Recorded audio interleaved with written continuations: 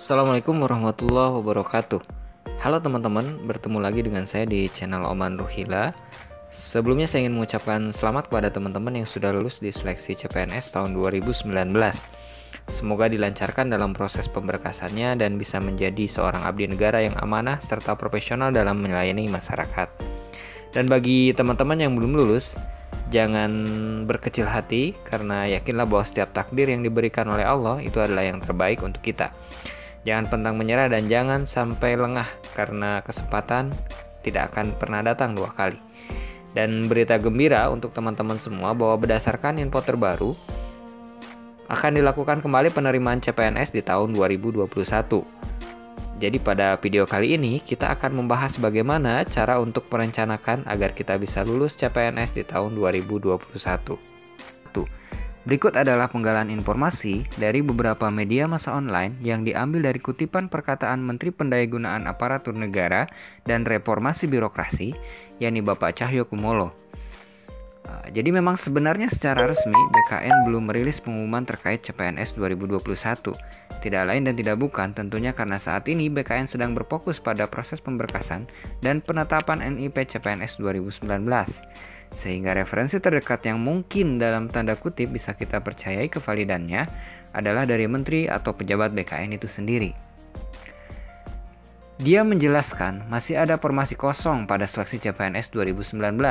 Kekosongan tersebut ada kemungkinan akan dialihkan pada tahun 2021. Masih adanya formasi kosong pada CPNS 2019 yang akhir Oktober 2020 sudah ada ketetapan untuk kementerian atau lembaga, Pemda prinsipnya dapat dipertimbangkan untuk dialihkan ke formasi 2021, kata Cahyo kepada wartawan di Jakarta. Dikutip Minggu tanggal 1 bulan 11 2020. Sebelumnya, Menteri Pendayagunaan Aparatur Negara dan Reformasi Birokrasi Menpan RB Cahyokumolo memaparkan bahwa rekrutmen calon pegawai negeri sipil CPNS untuk tahun 2020 ditiadakan. Oleh karena itu, pemerintah berencana membuka kembali rekrutmen CPNS untuk tahun 2021 mendatang. Dilansir dari RRI, Cahyo memaparkan pihaknya saat ini tengah meletakkan proses pengajuan serta verifikasi dan validasi usulan dari masing-masing instansi pemerintah untuk formasi CPNS 2021. Hal itu diungkapkan langsung oleh Menteri Pendayagunaan Aparatur Negara Reformasi Birokrasi atau Menpan RB Cahyokumolo saat diresmikan Mall Pelayanan Publik atau MPP Tulang Bawang Tuba pada hari Rabu tanggal 4 bulan 11. Sekitar Maret akan kita buka rekrutmen CPNS 2021, kata Menpan RB. Oke teman-teman, walaupun informasi dari BKN belum jelas karena memang biasanya BKN akan merilis pengumuman itu berdekatan dengan proses pembukaannya, tetapi pernyataan dari Menteri Menpan RB yaitu Bapak Cahyokumolo ini patut kita perhitungkan atau patut kita jadikan sebagai kabar bahwa pelaksanaan CPNS 2021 itu adalah benar adanya gitu. Sehingga patut kita segera bersiap diri untuk memanfaatkan atau untuk membuka peluang agar kita bisa diterima di pelaksanaan rekrutmen CPNS 2021. Untuk menambah keyakinan kita akan informasi tersebut, sekarang kita dengarkan informasi informal lain dari pejabat Kementerian Pan RB, yakni Bapak Andi Rahardian sebagai Kepala Biro Hukum Komunikasi dan Informasi Publik Kementerian Pendayagunaan Aparatur Negara dan Reformasi Birokrasi atau Kemenpan RB. Pak Andi Rahardian menyatakan bahwa betul, insya Allah akan ada pengadaan CPNS formasi tahun 2021. Kata Andi saat dikonfirmasi oleh Kompas.com pada hari Jumat tanggal 23 bulan 10 2020. Mengenai jumlah formasi CPNS untuk tahun 2021, kami memperkirakan akan lebih besar dari jumlah formasi tahun 2019, ujarnya. Menurutnya jumlah formasi yang lebih banyak tersebut dikarenakan pada tahun 2020 tidak ada rekrutmen CPNS. Sehingga jumlah kebutuhan formasi kemungkinan diakumulasikan di formasi tahun 2021.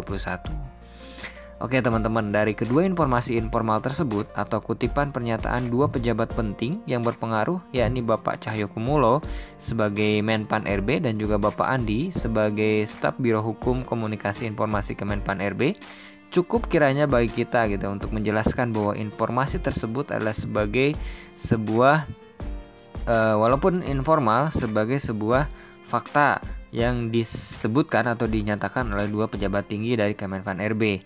Hal itu kita jadikan sebagai tonggak awal untuk mempersiapkan diri dalam menghadapi penerimaan CPNS 2021. Sebelum jauh membahas strategi dalam merencanakan kelulusan di penerimaan CPNS 2021, kita akan membahas motivasi terbesar kita apa sehingga kita ingin menjadi seorang CPNS atau seorang abdi negara. Motivasi sangat penting karena berperan dalam menjaga konsistensi dan semangat juang dalam belajar. Ada kalanya kita akan merasa jenuh dan capek dalam belajar, maka motivasilah yang akan membuat kita kembali bersemangat untuk menggapai cita-cita kita. Teman-teman harus bisa menentukan motivasi terbesar apa sehingga teman-teman ingin lulus di penerimaan CPNS 2021. Kalau secara umum, motivasi terbesar atau keuntungan menjadi seorang PNS itu bisa kita katakan yang pertama, tidak atau kemungkinan PHK itu sangat kecil. Jelas ya, kalau di PNS sangat kecil terjadi PHK, bahkan dalam sejarah mungkin tidak ada kejadian PNS di PHK. Kemudian yang kedua, penghasilan yang tidak kalah daripada swasta. Jelas kalau di PNS itu kita akan mendapatkan gaji pokok dan juga tunjangan-tunjangan.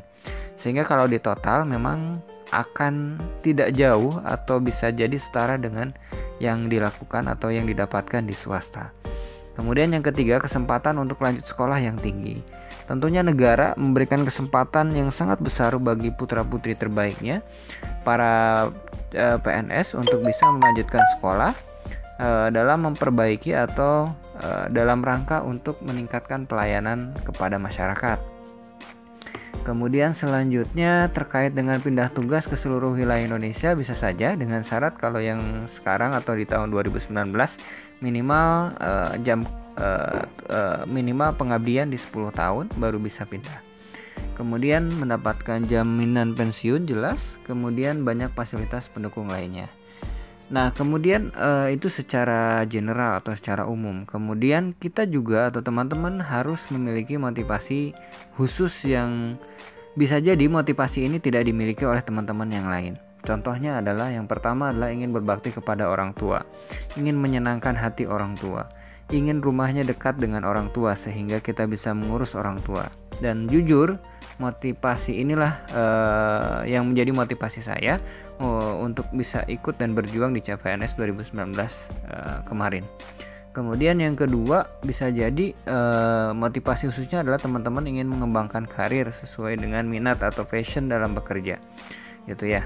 Ingin mengabdi di daerah yang terpencil, dia ingin mengabdikan ilmu kepada masyarakat yang membutuhkan. Kemudian bisa jadi motivasi khususnya itu adalah untuk meningkatkan derajat keluarga. Mau tidak mau, suka tidak suka, memang PNS memiliki stigma ataupun derajat tersendiri bagi masyarakat di Indonesia gitu.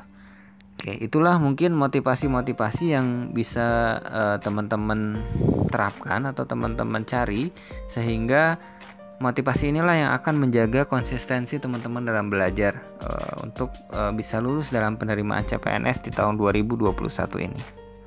Baik teman-teman, saatnya kita untuk merencanakan kemenangan. Setelah kita mengetahui motivasi terbesar kita dalam mengikuti seleksi CPNS di 2021 ini, maka selanjutnya yang kita lakukan adalah merencanakan apa saja yang akan kita persiapkan agar usaha yang kita lakukan bisa maksimal. Di slide ini ada 3 bulan yang akan kita lalui sebelum menghadapi ujian yang memang awalnya direncanakan di bulan Maret atau di awal April. Sehingga kita dapat berkesimpulan bahwa ada 3 bulan waktu persiapan yang sama dengan 12 minggu waktu persiapan atau sama dengan 90 hari dari waktu persiapan. Maka secara garis besar kita bisa mulai menurunkan target berdasarkan jumlah bulan. Misalkan yang saya tulis di sini, kita memiliki target 3 bulan di mana kita bisa memplanning, di mana bulan yang pertama adalah fokus pada tes intelijensi umum, 1 bulan berikutnya pada tes wawasan kebangsaan, dan 1 bulan selanjutnya pada tes kepribadian. tes karakteristik pribadi. Kemudian kalau toh kita ambil yang per minggu, maka kita bisa membaginya misalkan 3 minggu pertama untuk tes intelijensi umum, 3 minggu kedua untuk tes wawasan kebangsaan, dan 3 minggu ketiga untuk tes karakteristik pribadi, serta 3 minggu terakhir adalah untuk tryout gitu. Dan lebih spesifik lagi adalah ketika kita mampu menjabarkan dalam bentuk hari. Ada 90 hari. Yang kita perlu jabarkan adalah targetan per hari. Nah, targetan per hari ini misalkan dari 90 hari ini kita targetkan setiap hari itu ada berapa soal yang kita kerjakan. Misalkan pada tanggal 1 itu targetnya adalah untuk TIU sebanyak 20 soal. Kemudian pada tanggal 2 TWK 20 soal. Kemudian pada tanggal 3 TKP 20 soal, terus bersirkulasi. Nah, targetan-targetan inilah yang akan coba kita capai dengan konsisten. Tentunya dibutuhkan semangat dan juga motivasi besar untuk bisa membiasakan diri mengerjakan tes-tes ini, tes-tes semua. Oke, selanjutnya adalah sumber yang kita gunakan. Tentunya di zaman sekarang ini akan sangat mudah bagi setiap orang untuk mengakses sumber-sumber belajar yang diperlukan untuk mempersiapkan diri dalam menghadapi tes CPNS di 2021. Sehingga kita harus men-setting pemikiran bahwa setiap waktu yang kita lewati harus diingat bahwa saingan kita atau lawan kita pasti dengan sangat gigih sedang belajar saat itu gitu. Karena setiap orang sekarang gampang sekali mengakses untuk materi-materi tes CPNS ya, baik lewat YouTube, kemudian lewat Telegram, lewat grup-grup pembahasan soal, kemudian lewat WhatsApp juga, lewat grup-grup pembahasan soal, dan tentunya lewat buku fisik ya. Jadi siapa yang lebih bersungguh-sungguh dan siapa yang lebih banyak menghabiskan waktu untuk belajar, maka dialah yang kemungkinan besar akan Allah kabulkan karena usahanya yang lebih besar daripada lawan-lawan yang lain. Sehingga ya harus ekstra lebih jika ingin kita memenangkan peperangan atau ingin memenangkan dalam tes CPNS di 2021 ini. Oke, terakhir perlu diingat bahwa usaha saja tidak cukup ya teman-teman. Maka setelah berusaha maksimal, kita serahkan semuanya kepada Allah ya, dengan pengantar doa-doa dari kita di setiap salat kita ataupun dari keluarga, terutama kedua orang tua gitu. Jangan dilupakan bahwa ridho atau izin dari orang tua atau istri bagi yang sudah berkeluarga ini juga sangat berpengaruh, sangat besar ya. Dan ini sebagai pelecut semangat teman-teman semua, atas izin Allah juga saya diberikan rezeki untuk bisa lolos di CPNS 2019. Hanya berbagi tadi terkait dengan motivasi ya, motivasi terbesar saya pada saat pertama memutuskan untuk ikut seleksi adalah bahwa saat ini saya harus pulang gitu dan bekerja di kampung halaman karena agar bisa sekalian mengurus kedua orang tua di sana. Dan motivasi itu menjadi motivasi lebih gitu ya, di samping dari motivasi lain yang tadi sudah diungkapkan, agar saya terus konsisten gitu.